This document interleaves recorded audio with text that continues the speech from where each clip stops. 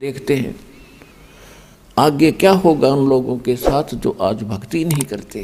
फिर पीछे तू पशुआ की जय गद्दा बैल बनाई, ये 56 भोग कहाँ मन बोरे, कहीं कुरडी चुरने जाई। ये भगवान कह रहे हैं, आम इंसान की बात नहीं है ये। उसके बाद क्या होगा जो आज भक्ति नहीं करते। फिर पीछे तू पशुआ की जय गद्दा बैल बनाई, और ये 56 भोग कहाँ मन बोरे, कि तो कुरडी चरने जाई। आज कैसा भोजन खाते हो, किस प्रकार गर्मी सर्दी से आप बचकर अपना सुरक्षित हो। यदि भक्ति नहीं करोगे तो ये मनुष्य जीवन के सांस पूरे होंगे, आपका जीवन अंत होगा। उसके बाद कहते हैं गद्दा या बैल की योनि में आप जाओगे। फिर ये आहार, आज आप समय पर चाय पीते हो, समय पर दूध पी लेते हो, भूख प्यास समय पर निवारण कर लेते हो, तो उस समय क्या बनेगी आपके साथ। फिर पीछे तू पशुआ की जय गद्दा बैल बनाई, और ये 56 भोग कहाँ मन बोरे, कि तक कुरडी चली जाए। तो ये बात भगवान बिना हमें कौन बतावे। तो परमात्मा कहते हैं अपने आप आकर के हमें बताते हैं। आखिर तुझको कौन कहेगा, गुरु बिन आत्म ज्ञान, मन ने की कर ले 2 दिन का मेहमान। हमने लाखों वर्ष का जीवन भी जीने को मिला है, लाख वर्ष का, और वो भी चला गया। सतयुग में, त्रेता में भी कई हजार वर्षों का, 50-40 हजार वर्ष का जीवन होता था, और वो भी अंत हो गया। द्वापर में भी 1000 के आसपास जीवन होता था प्रारंभ में मनुष्य का, वो भी गया। और अब 100 से ऊपर होता था कलयुग के प्रारंभ में, और आज 60, 70, 80 साल में सबकी टिकट कट लेती है। तो परमात्मा कहते हैं इस जीवन में यदि भक्ति नहीं करी, चाहे लाख वर्ष के 100 लाख वर्ष जी लो, व्हाट इज यूज, क्या लाभ है इसका। तो इसका लाभ है एक ही, और वो ज्ञान परमात्मा ही बताएगा आपको। आखिर तुझको कौन कहेगा, गुरु बिन आत्म ज्ञान। अब ये नकली गुरुओं के पास परमात्म ज्ञान तो बहुत दूर की बात है, उनको आत्म ज्ञान नहीं। और अभी तक ये डंडोरा पीटा करते थे कि आत्म ज्ञान हो जाए, आत्मज्ञानी था फलाना। आत्मज्ञानी से क्या होगा, जब तक परमात्म ज्ञान नहीं है।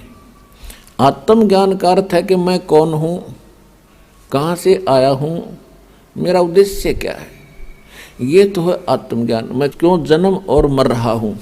अब ये पता भी लग गया कि भी हम जन्म मरते हैं, अगले जन्म में पशु पक्षी भी बनते हैं। तो जब तक उस परमात्म ज्ञान नहीं है, परमात्मा मान उस परमात्मा की जानकारी नहीं है, वो कैसे प्राप्त हो, ये जन्म मरण कैसे कटे, ये रोग कैसे छूटे हमारा, और कैसे हमारे दुख निवारण हो, वो ज्ञान नहीं है। तो उस आत्म ज्ञान का फायदा क्या। अब सूक्ष्म वेद में कहा कि कूप की छाया कूप के माही, ऐसा आत्मज्ञाना कुएं की छा, कुएं की छाया कुएं तक सीमित है, उसका बाहर कोई लाभ नहीं। तो ऐसे आत्मज्ञान हो जाने से इतना ही लाभ मिला आपको, लेकिन परमात्म ज्ञान के बिना मोक्ष नहीं। तो क्या बताते हैं परमात्मा के, फिर पीछे तू पशुआ की जय गद्दा बैल बनाई, ये 56 भोग कहाँ मन बोरे, कि तक कुरडी चरने जाई। ओए होए पुण्यात्मा, आज इंसान का यह बात कति गले नहीं उतरती कि कल को हम गधे भी बनेंगे। यदि किसी को कहा जाता है, स्वाभाविक कोई कह दे तो नाराज हो जा कि तू गधा बन, तेरा बाप बना, मैं क्यों बनूं, कोई बात हुई है। तो हमारी बुद्धि कति गाम जारी है, काल ने ठप कर रखी है। यह सत्संग में आने से ओपन होती है, और यह आने का समय किसी के पास है नहीं। परमात्मा कहते हैं चारों युग में संत पुकारे और कूक कहा हम हेल रे, हीरे माणिक मोती बरसे ये जग चुगता ढेल रे। परमात्मा कहते हैं कि चारों युग में मैं आता हूं अपने सतलोक से चलकर। सतलोक कौन सा स्थान है? जो गीता अध्याय नंबर 18 के श्लोक नंबर 62 में कहा कि अर्जुन तू सर्वभाव से उस परमेश्वर की शरण में जा, उसकी कृपा से तू परम शांति को और सनातन परम धाम को प्राप्त होगा। वो सनातन परम धाम जिसको शाश्वतम स्थानम कहा है गीता में, वो सतलोक है। और कबीर परमात्मा वो परम अक्षर ब्रह्म है जिसकी शरण में जाने के लिए ये गीता ज्ञानदाता कह रहा है। और वो क्या कह रहा है कि सतयुग में सत सुकृत कह टेरा, त्रेता नाम मुनिंदर मेरा, द्वापर में करुणा में कहाया, कलयुग नाम कबीर धराया। मैं चारों युगों में आता हूँ। सतयुग में सत्सुकृत नाम होता है, परमात्मा कहते हैं, और त्रेता में मेरा मुनिंदर नाम प्रसिद्ध होता है, द्वापर में करुणा में होता है, और कलयुग में मेरा कबीर नाम ही रहता है जो परमात्मा का वास्तविक नाम है।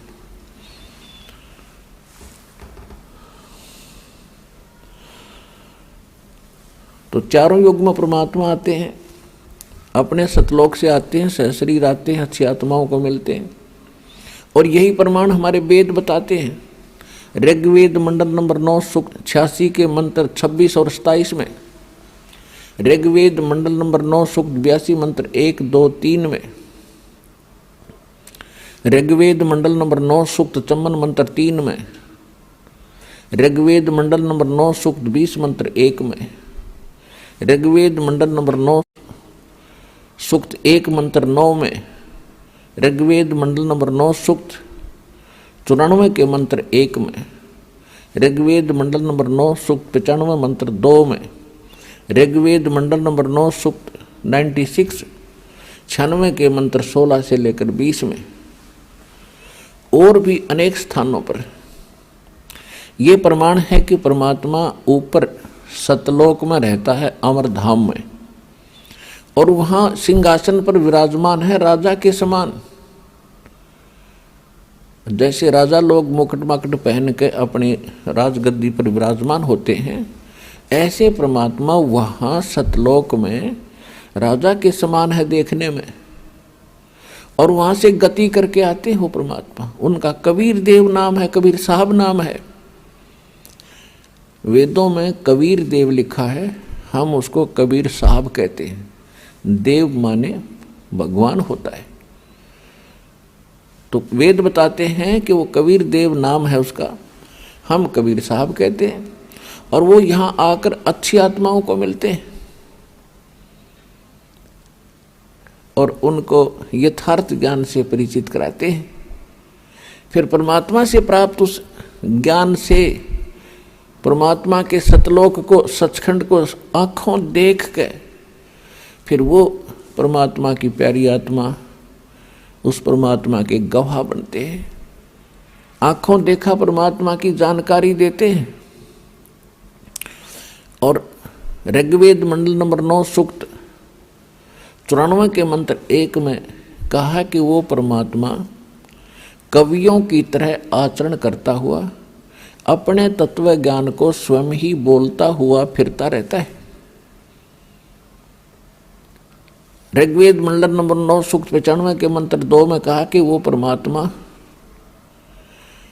भक्ति के उन रहस्यमयी मंत्रों को आविष्कार करता है जो आज तक किसी को पता नहीं होता।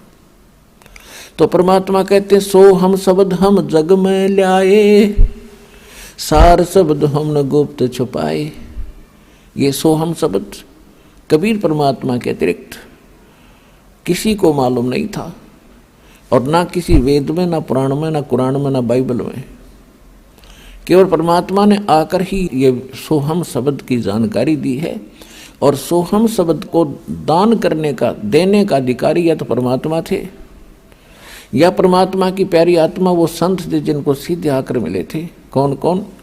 आदरणीय धर्मदास साहिब जी, आदरणीय मुल्कदास साहिब जी, आदरणीय दादू साहिब जी, आदरणीय नानक साहिब जी, आदरणीय गरीबदास साहिब जी, गांव सुडानी, जिला झज्जर, हरियाणा वाले, आदरणीय घीसा दास साहिब जी, गांव खेखड़ा, जिला बागपत वाले, उत्तर प्रदेश, आदरणीय स्वामी रामानंद जी, काशी वाले। इन महापुरुषों को परमात्मा मिले थे, इनको ये मंत्र दिया था सतना।